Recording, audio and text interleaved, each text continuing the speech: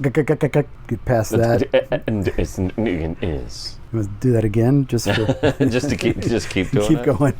Nope. Little Charlie Callis, is that what? There you go. Is that? Oh wow! What a blast from the past. No doubt. Ever since the Dean Martin roasts ended, I don't know what he's been, what he had to do. You haven't been yourself since the Dean Martin roast. Hey, those are actually pretty fun. Even when I was a kid. I don't have any memories at all. Of the 70s. Of the 70s. No. No. It's your turn. How do you do? We're about to unfold the story of the Son of Frankenstein. This one is probably just as bad as his father. Good morning, son. Well, hello. My son, you have inherited the fortune of the Frankensteins. I trust you will not inherit their fate. By heaven, I think you're a worse fiend than your father. What are you going to do about it? There's a monster afoot and you know it. Well, we've warned you.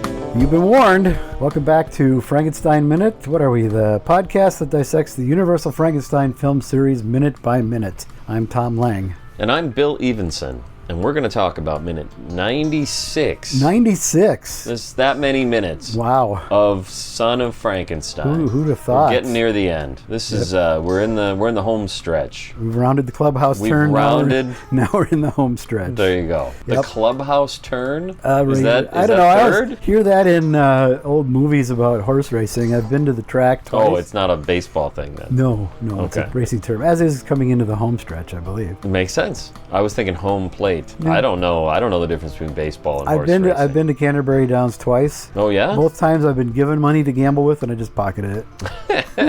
fuck this. Someone gives me $100 bill. I get it. I'm not going to give it to somebody else. Yeah, I'm like you. I'm like, why? Why would I do that? You know, there's a famous story, which all this has to do with Son of Frankenstein. Yeah. That when the Marx Brothers were filming Day at the Races, you know, they would have to run the race over and over again for different angles and takes and whatnot. And crew members would bet Chico on a horse that the script said had to lose, and he would still bet on it every single time. That's how much of a gambler he was. Should I just start over? I don't know. For the first time, I might actually be okay with it. It's fine. Frankenstein continues through the cavern of Dr. Caligari. Oh, it's beautiful. It's a beautiful thing to behold. Slid down the ladder into this set that's really cool and funky, and it's only shown a couple times briefly, unfortunately, because it's a really nice set. We got another one coming up in this same minute that's only shown once. Yeah, exactly. Yeah. We've even talked about it. But what I love about this set that we're talking about now is it looks slippery. It does, and apparently it was. It is. Because he actually slipped. Yeah. I love it. I love that. Oh, no, it's real. You're right. You know, in reality, Frankenstein would have to struggle with that problem every day. I can't believe it. I can't believe that I didn't see that coming. How could I not let that go? That's just right up your alley. We're off to a fucking rollicking start, folks. Hey, you know, I can quote Ed Wood. I'm gonna. Yes, no, he clearly slips. Yep. And you're right. It is real. It's something he would struggle with every day. You know, and they could have done another take easily, but I mean, it's the continuation of the shot from the previous minute where he does slide down the ladder, so he'd have to go all the way back up. And it's true. And he probably just like, yeah, fuck it. That's what you're gonna get. You got it. Yeah. And then after that, he kind of does. He has a weird thing he's doing with his hands, and I'm trying not to do it because it's an audio podcast. It is. He almost looks like he's holding his hands out to steady himself. Stable himself, yeah. Because he's kind of grabbing at the wall almost. Yeah. Almost, yeah, exactly, yeah. But that's real too. It was something that he would struggle with every day. What does the guy say before that? Does everybody know what that's a reference to? It's the movie Ed Wood. Ed Wood, they're shooting Bride of the Monster. Yep. And Tor Johnson, as Lobo in Bride of the Monster, is just supposed to go through a door. Yep. And he bashes into it. This whole set wobbles and almost falls over. Does that happen in the movie? No, it doesn't. It doesn't. But it's a great little bit. The cameraman, after Ed calls cut, he's like, oh, you sure you don't want to get another take? A big guy had a little trouble getting through the door. Big man had a little trouble getting through the door. He says, he's funny, that guy. I can't remember what he said. It's like, no, it's real. In reality, that's something Lobo would struggle with every day. And cut. Perfect. Print it. Let's move on. Don't you want to do another take, Ed? Looks like Big Baldy had a little trouble getting through the door. No, it's fine. It's real. You know, in actuality, Lobo would have to struggle with that problem every day. Yeah, and when you're watching it, there's a real sense that Ed has already moved on. Yeah, he's in his head he's already on. We did that shot. Yeah. We're done. And that's very much how Dolores Fuller described him to me. Got to get her on here. I think she's passed away. Oh, then no. Yeah, then no, we don't want to get her on. Somebody at the door. Oh, for crying out loud. No. Somebody's probably across the street. The dog is out across the street. That's what he's barking at. So I hear you have two dogs, and I hear a little dog barking, there but is not the motion at big the front dog. door. Yeah. So does that tell you anything? Yeah, that maybe my Amazon delivery came. What do you? Is it something we should? It's the. Is it your medication? No, Do we need to run up? Yeah, can you go get that for me?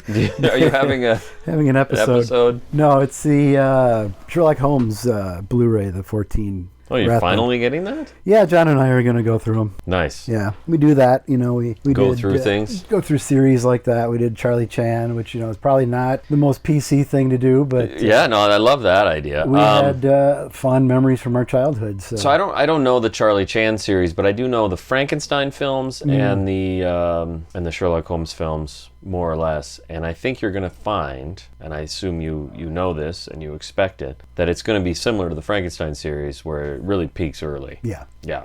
Having said that, though, what you're not going to have that our listeners are going to get to have, or at least we're going to get to have, is it also goes out on a high note. That's true. That the Sherlock Holmes films tend to peter out. They get pretty bad, and then they get a little better. There's some peaks and valleys, you know. Peaks and valleys, and I feel like it stabilizes. How many did you say? 14. Yeah, so the two the first 6 fluctuate a lot, and then the it kind of two at Fox are great. Absolutely, because they were big budget. That's what I'm referring to. It's like Frankenstein and Bride. Yes. So then Universal took over. Then we get, Roland V. Lee-esque Sherlock Holmes. Well, and the mistake they made is putting him in contemporary 40s, it's not great. And he's fighting Nazis, and I just hate that stuff. Is enjoyable on that level. You watch it and you go, "Look how dumb this is! Yeah. Look at this?" Yeah, like Sherlock Holmes in Washington. I don't think I ever actually watched it all the way through. Oh boy! Well, because they used to show these on Sunday night, so that's probably what just arrived. Yeah. All right.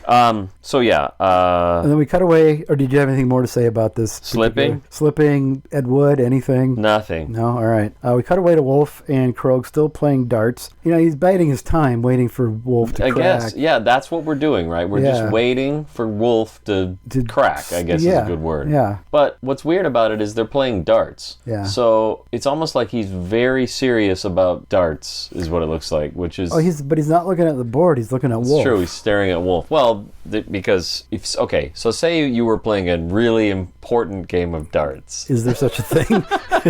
I don't know. But looking at the board, it wouldn't be the point, right? Really, when the person's throwing, what you really want to monitor is what they're doing to make sure they're not cheating. So that's what he's doing. Sure. This is a great metaphor for their relationship. Yeah, that must be my Amazon. Okay. What was that sound? It's the doorbell? Amazon, the Alexa just saying, hey, there's a package. Oh, God. Yeah. That's awful. Oh, my God. I am going to start this over. All right. No. So Wolf's throwing a pretty good game of darts. He's doing really good. Rathbone's good. He gets a bullseye. He does. Yeah. They cut away, and I'm just wondering if... I think he gets a 20 as well. So depending on what the game is, he might be throwing a great game of darts here. Yeah.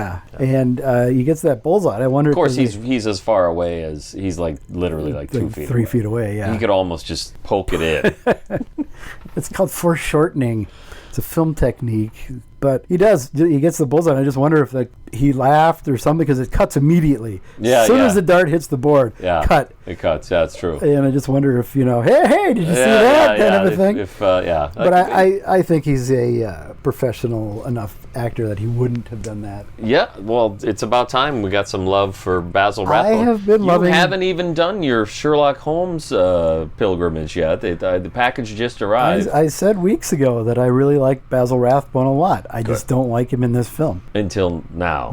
When he gets that bullseye, then man, that guy's on fire. The best moment in the film.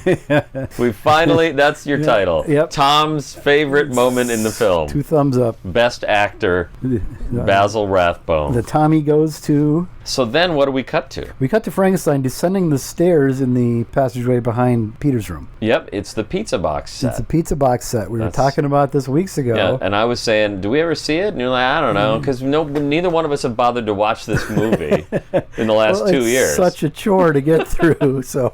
I've watched Bride and Frankenstein a number of times. You used to watch them every time I would see you. You'd be like, I watched it last night. Yep, and I haven't watched. Neither one of us watched do that this here, all the so way through before we started, and that was it. And when we're done, I probably won't watch it for years. You're done. You've had it. I get it. We're gonna have a lot to say about this film. Yeah. We're gonna spend a lot of time talking about this film today. That's what we do. Yeah. That's what our jobs is. are. Like everybody else, Benson obviously didn't stay dead either because he's nowhere to be seen. Because we last saw his body was at the bottom of these steps. Krog took the chain I guess off. not. I we agree. know that is because of the stills that we've because seen. of the stills. But you're right. In this case, I think it's reasonable to assume no. Yeah. The stills are incorrect. Sure. I mean, that's reasonable. I think that's a reasonable argument to make. Are we done with this set? The pizza box set? Yes. We're good? Then we cut to Amelia. People know what I'm talking about there. There's a still we just talked about it like last week or the week point. before. Then let's leave it. Yeah. So Frankenstein comes down the stairs, and we cut to Amelia sitting in a picture of some stairs. Amelia's knitting, and in the background are some stairs. It's kind of weird when again, I know I say this a lot, but if you watch it over and over and over again, these things kind of occur to you. Like, it kind of looks like he should be coming down those stairs. Yeah. Like, that angle's weird. Why are the stairs even shown in that shot? It's just like, okay, so we've got a shot of Amelia knitting. She's off camera right, the right side of the frame. And then the camera pans? Is that the right word? No, because then there's this big open space on the left side of the screen. And in the background is these stairs that you're talking about. Yeah. Then the camera pans right to show the door to the bedroom. So the reason we see the stairs in that shot, where we just saw a guy with the stairs, no reason, is that they don't want to show the door. They just wanted to be to the left so that they could pan right and show the door. Okay, but dramatically that serves no purpose. I mean, you say okay as if I'm making some sort of argument. I think it's weird. It is weird. It's totally weird. It makes no logical sense. It's fine. Course. We're almost done. Yeah, we'll let it go. The credits are almost rolling on this thing. Yeah. The camera pans right to the door to Peter's room, which slowly and kind of eerily closes. Does that happen first? No. First you see there's a lot that happens. It kind of cuts. First it cuts back to... So it cuts to Frankenstein looking through the Igor hole. Yeah, he looks through the Igor hole. The glory hole. Yeah. It's glory is almost an anagram of Igor, so it's the Igor hole. Igor L. Igor L hole. Yeah. Again, we still don't know Which is odd. It's kind of odd because you only ever see this once. So he's doing this little meticulous thing. There's clearly some sort of small handle or something that he can pull and push to open this and close hole this or door in the door. Again, we don't get any kind of sense of geography like we did when Igor looked through it either. We have no idea where in the room this is. Yeah. Well, we know, yes. Now I guess we know. And I'm assuming the angle... That's a good point. Maybe I'm wrong. We don't know. Because then it cuts to Peter in bed. Yeah. And it's sort of a front-on shot. Oh, so you take that? I'm saying, I'm giving them the benefit of the doubt here that maybe it's at the foot of the bed. I like it. I've never thought that. It's a wall we never really see on camera much. Right. So it's very possible. I'll take it. Yeah. Although that's where the window would be. Well, that's true. So it's like the outside wall. Yeah, so that's bullshit. So I don't know. It just... They seem like they were stuck in later. Mm-hmm. Those shots of Igor and the monster looking through the little door. Interesting. So you're okay. So like they were added I love during it. I love retakes. this actually. This is exactly right. There's no doubt in my mind suddenly. You just came up with this theory and I already love it and it's absolutely canon. Okay. They made the film and then Lee thought, you know what? I'm not sure that we've got enough shots that really explain where you're doing what. So how about let's introduce this little door that you open up periodically through the film. Let's Lugosi's still got the makeup on, Karloff's still got the makeup on. Having a smoke. And it'll take 10 minutes and we'll do 6 shots of you opening this little door. Like, sure, that's right now. Okay, I'll take it. You're credit where due. Okay, I'm not going to argue. All right, Frankenstein peeks through the Igor hole. Yeah, Igor peeked through a couple years ago. Yeah, something like that. Peter lies sleeping again. Donnie doing stellar acting because he actually looks like. I think I've seen this shot earlier. Yeah, in the I think film, this has happened a couple times. But that's all right. But that's fine. Could be a new one. You don't know why you would bother to do a new one. Yeah, no. just they ran, get a couple minutes of the kid laying in bed and just clip off as you need it. So what you see is you see Frankenstein open the little door. Mm-hmm. I assume that people have seen the film, know what little door I'm talking about. Not necessarily. But what's weird is there's like a little stream of light. What's the word I'm looking for? A shaft of light, a little beam of light that hits Frankenstein in the face. Yeah. And he kind of almost looks like maybe that's what, because he's got one eye is kind of more closed than the other, and I think he's got a light shining in that eye. Then we cut to Peter sleeping, right? And then we cut back to him, and where he goes to close the door, and that beam of light is no longer It's not there. Yeah. And I'm really going second by second. I think the beam of light was there to see his face clearly. Yeah. And once you don't need to see his face clearly, they turned it off to pull the door. Okay. That is my only guess. I like it. I'll take it. And Amelia, we cut back to Amelia, who is very intensely knitting. She is, and she hears something and looks in the wrong direction. Oh, okay, yes, to that's her true. left is the door to Peter's room. She looks to her right, screen left. Yep. I'm assuming she's hearing this little door close. Okay, I'll take it.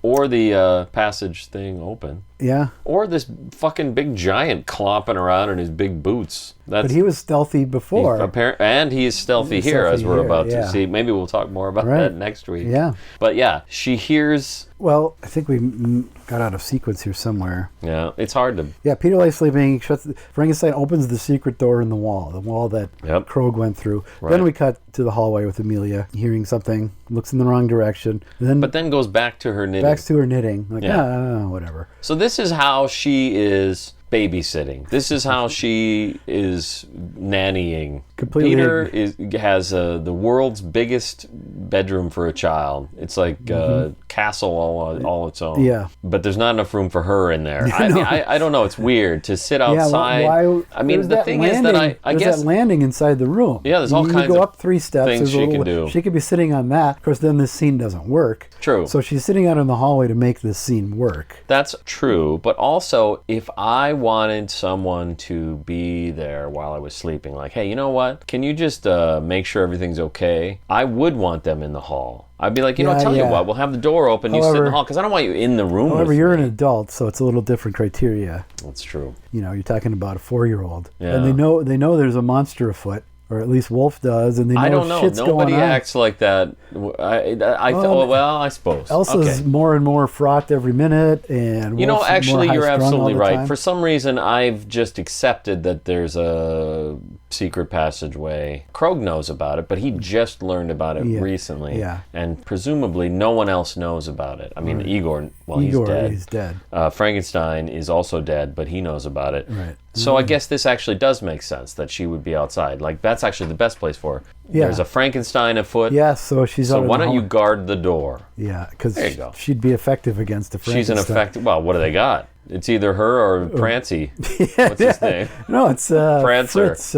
Fritz. Perry Ivans is... Perry Ivans standing outside nodding. I don't want to watch the door. There you go. That's it. Yeah. Then the door slowly closes. Door slowly closes. Which is nice because you can't see Karloff through the slit in the door, between the door and the frame. Yes, I like that very much. It's like it just closes by itself. That's a really good point. A really eerie kind of a shot. And again, having gone through it multiple times, I've thought, okay, how do I justify this? How do I make this make sense? And the answer is he just reaches his arm over and pushes it, but you can't see it because the slot is too narrow. It's too narrow. But I think it's very effective. It's really effective. Because it just appears to close by itself. Yeah, so what's the story? It has a nice sinister... Actually, we'll talk about it next week. I think we should talk about more next week. Yeah, okay. All right. She gets up to investigate, and we push in as she approaches the door, and that's it. Okay, I agree. Let's see here. Anything? What? Anything more? Nope, that's it. Okay. That sound of the people doing the thing. Any more questions, wise ass? I can't find it now. Oh no, I'm going to have to skip it this week? God, I'm just gonna sure that this was in here somewhere. Slog through lots of audio of you. Oh God, I'm so bad at this. So we have, all right, look. I'm just going to get my package while you look. You want to? No. Are you really looking forward to those Sherlocks? I'm going to start them right now. You know what? I'll go here. From here, you should be able to see it. I just hate doing that. I hate switching to Frankenstein Minute on Facebook. It's like a failure on some level. I don't know. You know what? I'm so bad at this. You know what? Maybe it's in here. Somebody said Jesus Christ.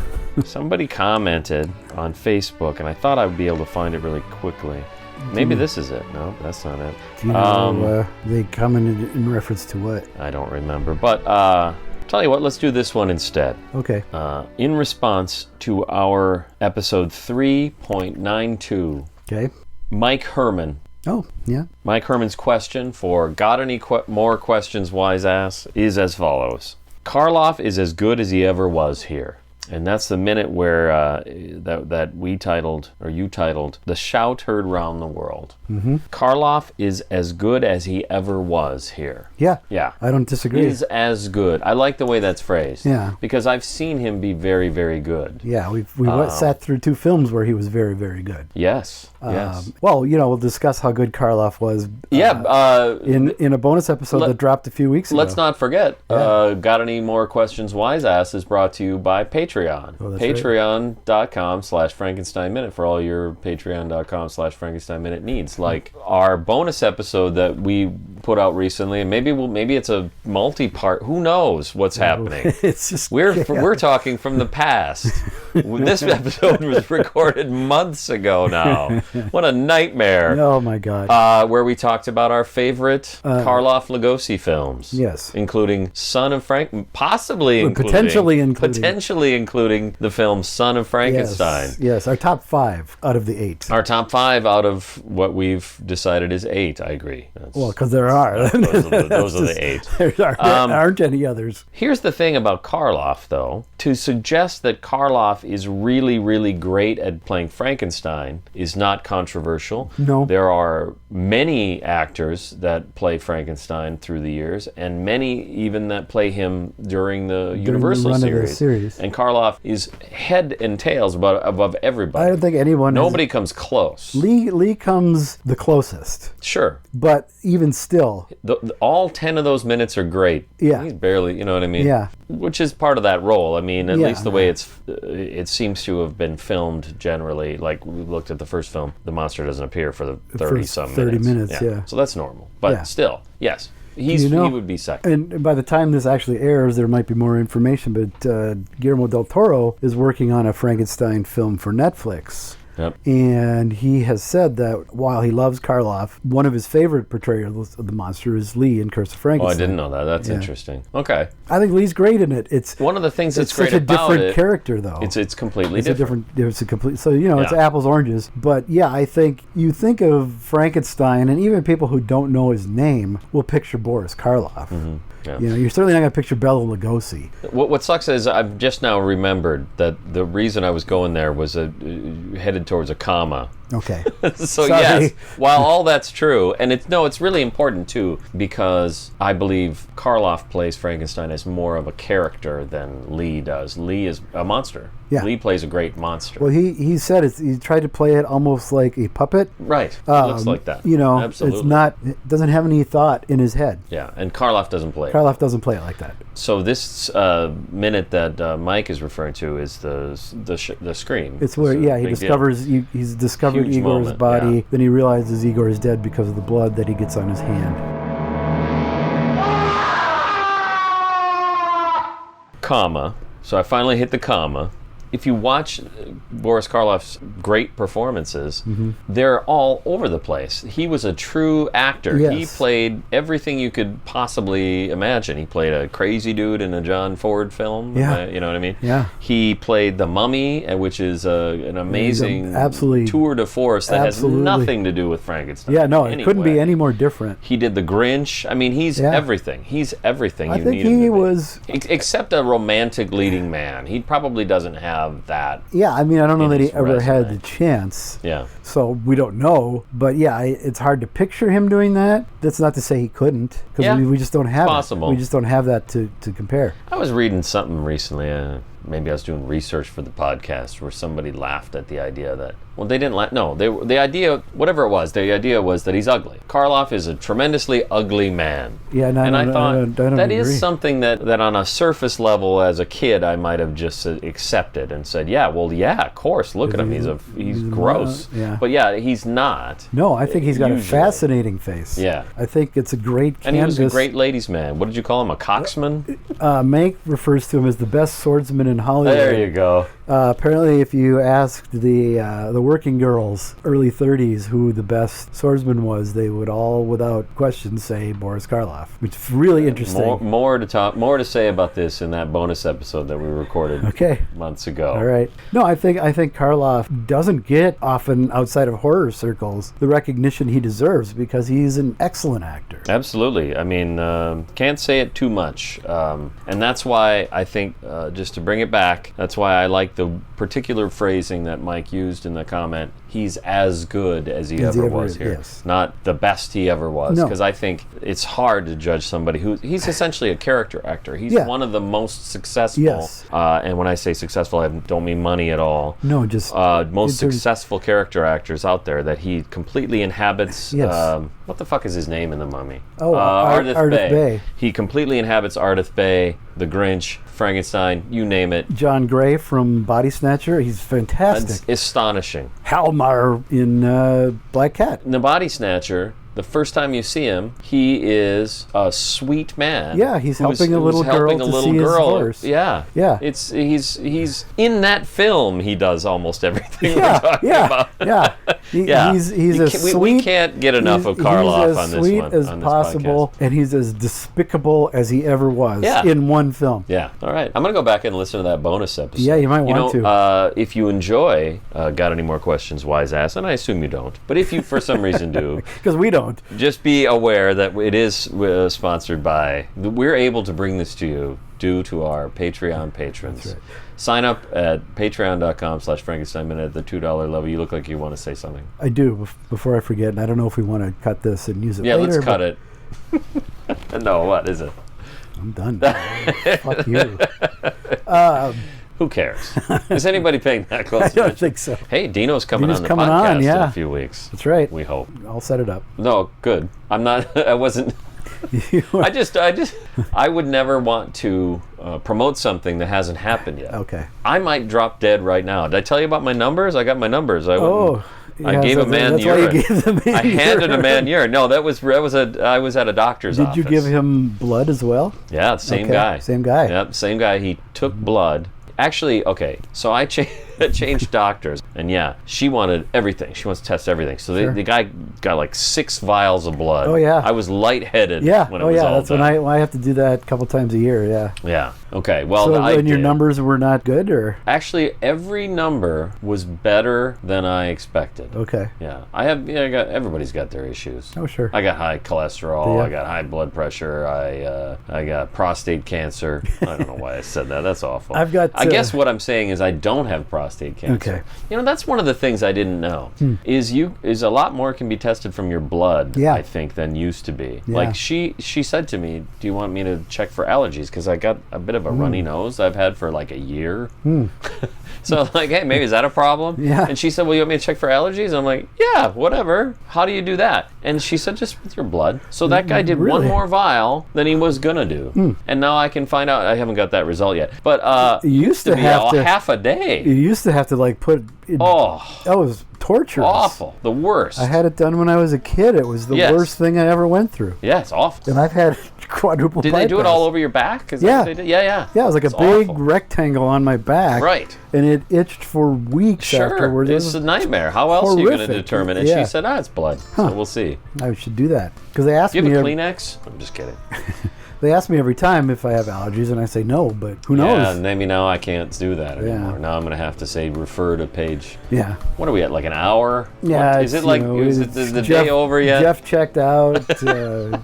Wallace is just loving it. Grinning. He's the only one listening. Hey, Wallace. You know what? You know the story with Wallace, right? What? He got kicked off Twitter. Yeah. For real. Yeah. And he didn't dispute it. He probably could and get back on there, but he told me, you know, he's fine with it. So now I don't talk to him. Oh. Like I used to see him. I used to interact with him on a Twitter level. Sure. Just like a sentence, you know, Yeah. here and there about probably Trump. And now it's just. Yeah, It's just gone. It's just it's a sad thing. Twitter is a nightmare now. Yeah. It's just a. Oh, it's the worst place on earth. Yeah. I don't know about that. It's also I wouldn't go that far. I don't know. I deleted my account months ago. I know. Oh, for Christ's sake! This is just going on and on forever. Don't follow us anywhere. Follow us on Patreon. There we That's go. where all the good That's stuff where all the is. good stuff is.